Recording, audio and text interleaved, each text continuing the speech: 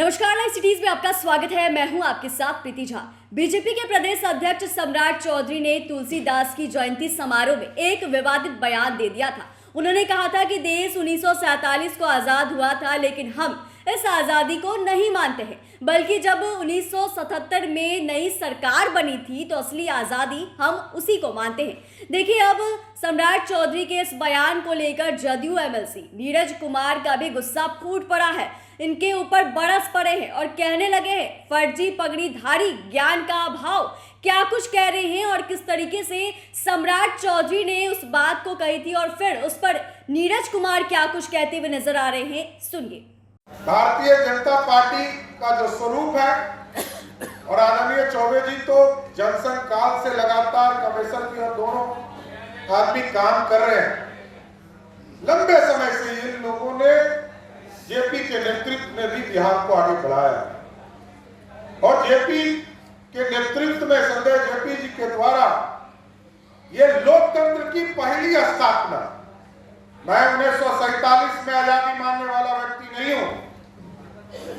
अंग्रेजों ने जरूर छोड़ दिया, लेकिन नए अंग्रेज देकर गए थे, समझ गए।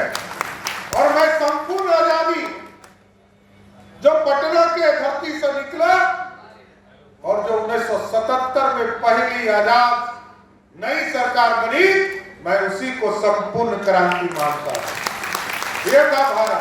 भाजपा का प्रदेश अध्यक्ष ऐसा फर्जी डिग्री वाले को दे दिया, फर्जी पगड़ीधारी, ज्ञान का बिल्कुल अभाव, जिसने देश के आज़ादी के आंदोलन के नायक, जिन्होंने अपने जीवन को कुर्बान कर दिया, वैसे स्वतंत्रता सेनानियों जिन्होंने देश के आज़ादी की लड़ाई में बहुत महत्वपूर्ण भूमिका अदा की, उनका अपमान कह दिया कि 1947 में देश आजाद नहीं हुआ है।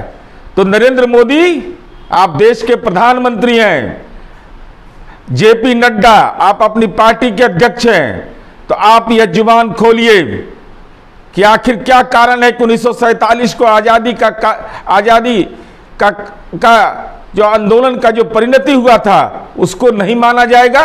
ये तो देश के स्वतंत्रता सेनानियों का अपमान है। तो फिर ये नाटक क्यों कर रहे हो? देश के अंदर आजादी का अमृत महोत्सव मना रहे हो और भाजपा का प्रदेश अध्यक्ष यहां कहता है और केंद्रीय मंत्री अश्विनी चौबे की उपस्थिति में कहता है कि 1947 में देश आजाद नहीं हुआ था। राजनीति में ऐसे ज्ञान देने वाले को डूब मरना चाहिए, लज्जा लगनी चाहिए, शर्मसार होना चाहिए। और ऐसे लोगों को समाज के अंदर जो देश के स्वतंत्रता सेनानियों का अपमान करे, ऐसे लोगों को राजनैतिक रूप से दंड भारतीय जनता पार्टी निर्धारित करे।